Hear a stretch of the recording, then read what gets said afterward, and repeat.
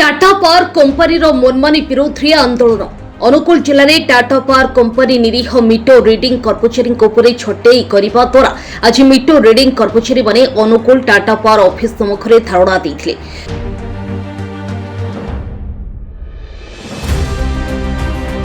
जदि Tata power company आम कथा न शुणी ताहले काम बंद रहिबो बोली कर्मचारी चेतावनी दैछन्ति। अनुकूल जिले में टाटा पावर कंपनी निरीह मीटर रीडिंग कर्मचारी छटई करने द्वारा आज मीटर रीडिंग कर्मचारी माने अनुकूल टाटा पावर ऑफिस सम्मुखें धारणा देते। जदि टाटा पावर कंपनी आम कथा न शुणी ताहले काम बंद रहिबो बोली कर्मचारी चेतावनी दैछन्ति। बाबा चंपेश्वर विद्युत कर्मचारी संघ पक्षरु एई टीपीसीएडीएल ऑफिस सम्मुखें विक्षोभ माध्यम दायीपत्र प्रदान करा जिवो।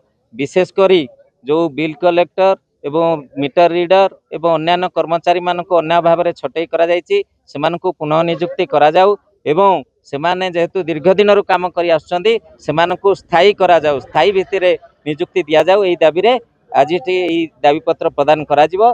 कर्तृपक्ष जदि पदक्षेप न नेबे ताले जो परिस्थिति सृष्टि हबो सेति टीपीसीएडीएल कर्तृपक्ष दायी रहबे। किंतु स्मार्ट मीटर बसाई ऑनलाइन कलेक्शन कराई से विद्युत कर्मचारी मान छटाई करने गोटे योजनाबद्ध कर सहित आमर ओआरसी गोटे नोटिस कर टाटा को जे आमर कॉस्ट कटिंग करा जाऊ।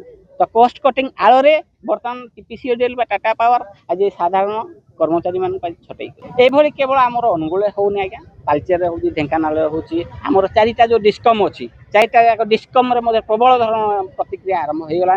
आज भुवनेश्वर में बड़ धरण गोटे रैली होची तेणु से पाखापाखि 5000 कर्मकर्ता कर्मचारी छटई होता कर्मचारी ब्यूरो रिपोर्ट ओडिशा 19।